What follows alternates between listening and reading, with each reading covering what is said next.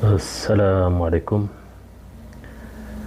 Je veux venir vers vous aujourd'hui pour discuter d'un sujet qui me paraît très important, c'est transformer ta peur en lumière par la grâce d'Allah subhanahu wa ta'ala.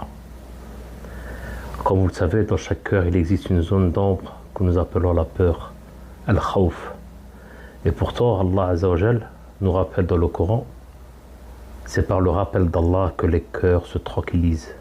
Sourate 13, verset 28.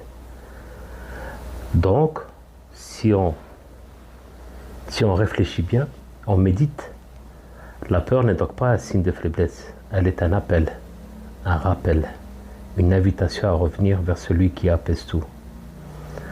Rasoul, sallallahu alayhi wa sallam, le prophète, a dit aussi, le croyant fort est plus aimé d'Allah que le croyant faible, et il y a du bien dans les deux.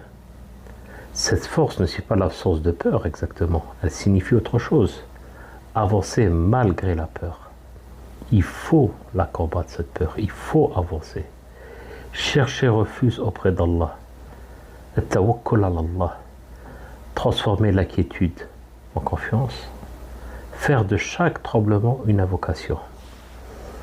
Car Allah Azza wa Jal, il nous dit aussi dans le Coran, ne craignez rien, car je suis avec vous. Sourate 20, verset 46. Alors, la peur, il faudrait ouvrir cette porte pour aller vers la guérison. Lorsque tu reconnais ta peur, tu ouvres une porte vers la sincérité, une porte vers la reliance. C'est-à-dire tu relances une porte vers la guérison. Le prophète sallallahu alayhi wa sallam nous a enseigné la meilleure des hommes est plus utile aux autres. Et parfois être utile, c'est simplement dire moi aussi j'ai peur. C'est lorsque tu partages ta vulnérabilité, tu deviens un refuge.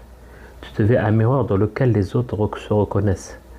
Tu deviens une sorte de baume pour les cœurs fatigués. Alors n'hésite pas. Fais le combat, avance. Et je peux même te dire que la peur peut même être une lumière pour les autres. Dans la tradition islamique, la peur, le khawf, n'est pas une prison, comme je l'ai dit auparavant. C'est une lumière intérieure qui pousse le croyant à se rapprocher d'Allah, à purifier son intention, la crainte d'Allah subhanahu wa ta'ala, à chercher la paix dans la prière, à ouvrir la sérénité dans le dhikr. Tu vois, c'est très important. Oh Allah, le prophète sallam disait souvent, Ya Allah, oh Allah, je cherche refuge auprès de toi contre l'angoisse et la tristesse. Même lui, le plus apaisé des hommes, le Habib, invoqué pour être protégé de la peur.